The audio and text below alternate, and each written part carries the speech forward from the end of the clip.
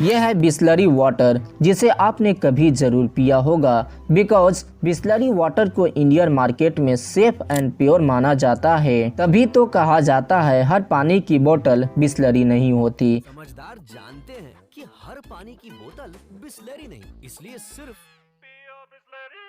आज बिसलरी एक ब्रांड बन चुका है। इंडियन बोतल्ड वाटर के शेयर मार्केट में बिसलरी 32% का अकेला पार्टनर है। बोतल्ड वाटर मार्केट की बात करें तो इंडिया में यह 20,000 करोड़ से भी ज़्यादा का मार्केट है और इसमें अकेला बिसलरी 60% का ऑनरशिप रखता है। यही वजह है कि आज मार्केट में बिसलरी नाम के एक या दो अल्फ़ाबेट्स को चेंज करके कई कंपनी अपने बिजनेस को चला रहे हैं। साल 1993 में बिसलरी के ऑनर रमेश चौहान ने अपने soft drinks brands Thums Up, Limca, Gold Spot और मज्जा जैसे मशहूर ब्रांड को 400 करोड़ में कोका कोला से बेच दिया था और अब वो बिसलरी जैसे ब्रांड को बेचने जा रहे हैं। रमेश चौहान के इस बिसलरी ब्रांड को खरीदने के लिए रिलायंस, नेस्ले और डेनन जैसे कंपनी आगे आए थे, लेकिन रमेश चौहान इन सभी को छोड़कर टाटा ग्रुप से ही इस कंपनी को क्यों बेचना चाहते हैं, इसको जानने से पहले चलिए जानते हैं इस कंपनी के हिस्ट्री के बारे में कि आखिर बिसलरी इंडिया कब और कैसे आया। Bisleri company basically Italian company है जिसे 1965 में फेरिस बिसलरी द्वारा एस्टेब्लिश किया गया था। यह कंपनी उसी साल यानी 1965 में ही इंडिया आया। इंडियन बिजनेसमैन संतू खुसरू और इटालियन डॉक्टर सेसारी रोसी ने मिलकर फर्स्ट टाइम इंडिया को बोटल्ड वाटर से इंट्रोड्यूस करवाया, जिसका फर्स्ट प्लांट मुंबई के सर थाने में ओपन किया गया। स्टार्टिंग में बिसलरी ने मार्केट में दो प्रोडक्ट को लॉन्च किया, जिसमें पहला बिसलरी सोडा था और दूसरा बिसलरी वाटर। उस समय यह बोतल बड़े बड़े होटल्स और रेस्टोरेंट में हुआ करती थी, जिसके कारण इसकी प्राइस हाई हुआ करती थी, जिसे एक नॉर्मल आदमी अफोर्ड नहीं कर सकता था। उस समय आम लोगों को खाना इजीली नहीं मिल पाता था, इसीलिए एक आम आदमी खरीदकर पानी को पीना वेस्ट ऑफ मनी समझते थे। यही वजह थी कि धीरे धीरे कंपनी के सेल गिरते गए और कुछ ही सालों बाद कंपनी लॉस में जाने लगी। इसलिए खुसरू संतूख ने इस कंपनी को बेचने का डिसाइड किया। ईयर्स 1967 में पार्ले ग्रुप के फैमिली मेंबर जयंती लाल चौहान ने बिसलरी को 4 लाख रुपीस में खरीदा, जो उस टाइम $50,000 के बराबर थी। जयंती लाल चौहान को बिसलरी को खरीदने का मकसद उसे सोडा ब्रांड में बदलना था। 1970s में जयंती लाल चौहान ने अपने सॉफ्ट ड्रिंक्स के बिजनेस को अपने 2 बेटों में डिवाइड कर दिया, जिसमें पार्ले एग्रो को प्रकाश चौहान कंट्रोल करेंगे तो वहीं रमेश चौहान पार्ले एक्सपोर्ट यानी बिसलरी इंटरनेशनल का मालिक बने। इसके बाद रमेश चौहान ने देश भर में बिसलरी के 5 स्टोर खोले, जिसमें से एक कोलकाता में था तो वहीं 4 मुंबई में था।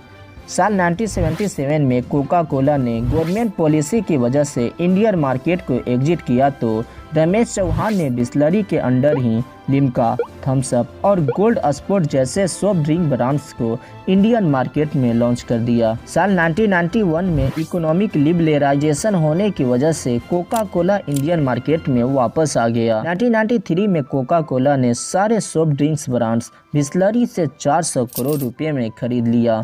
इसके बाद रमेश चौहान का सारा ध्यान बोटल्ड वाटर पर चला गया। रमेश चौहान की टीम रिसर्च करने लगी कि आखिर इस बोटल्ड वाटर को एक आम आदमी तक कैसे पहुंचाया जा सके, बिकॉज कोई भी प्रोडक्ट लोगों की पसंद से नहीं बल्कि लोगों की ज़रूरतों से सक्सेस होती है और इसी ज़रूरतों को रिसर्च टीम ने खोज निकाली।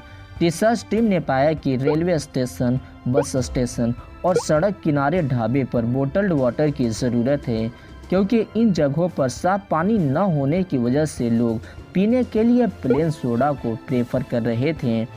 रमेश चौहान ने इस नीड को समझते हुए लोगों तक बोटल्ड वाटर पहुंचाना शुरू कर दिए। स्टार्टिंग में इस ब्रांड को लोगों तक पहुंचाने और इसके ट्रांसपोर्टेशन में काफ़ी प्रॉब्लम को फेस करना पड़ा, क्योंकि पानी की कीमत तो कम थी लेकिन वज़न बहुत ज़्यादा होने की वजह से कोई भी ट्रांसपोर्टेशन कंपनी बिसलरी के साथ जल्दी ट्रांसपोर्टेशन के लिए एग्री नहीं होते थे। लेकिन रमेश चौहान ने हार नहीं मानी। समय के साथ साथ बिसलरी ने अपने ब्रांड्स और पैकेजिंग में कई चेंजेस किया। टीवी पर एड चलाए।